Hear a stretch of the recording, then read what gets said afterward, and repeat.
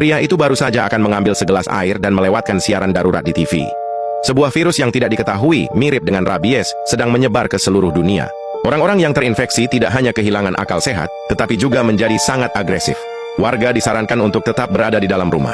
Tanpa menyadari situasinya, pria itu tiba di supermarket dan melihat semua orang berbondong-bondong menimbun persediaan makanan.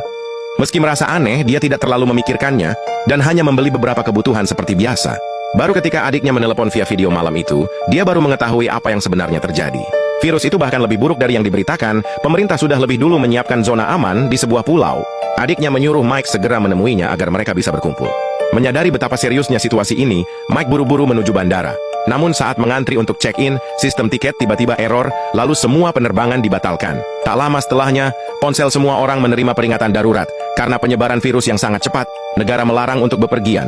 Suasana seketika menjadi kacau. Mike segera menelepon adiknya untuk menanyakan situasi. Adiknya menyuruhnya pulang dan menunggu dia akan mengirim seseorang untuk menjemputnya nanti. Tapi ketika Mike berusaha pulang, jalanan macet total, dipenuhi kendaraan yang berisi orang-orang yang berusaha melarikan diri. Merasa tidak tenang, Mike langsung meninggalkan mobilnya, mengambil barang bawaannya, dan berjalan kaki. Saat tiba di rumah, dia melihat rumah tetangganya sedang dikarantina dengan banyak tentara yang berjaga di luar.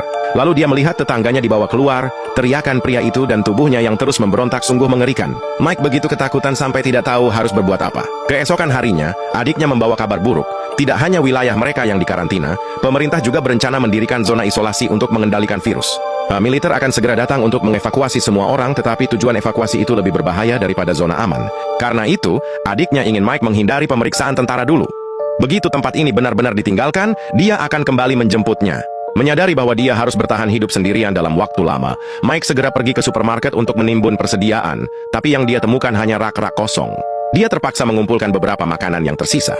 Namun, saat hendak pergi, dari kejauhan dia melihat seorang polisi memegangi lengannya dan berlari ke arahnya, lalu mengunci diri di dalam supermarket. Sebelum Mike sempat bereaksi, dia melihat beberapa orang berteriak dan berlarian ke segala arah. Lalu dia menyaksikan seorang polisi lain ditubruk hingga terjatuh. Melihat itu, Mike mengambil sebatang besi dan hendak maju, tapi yang dia lihat malah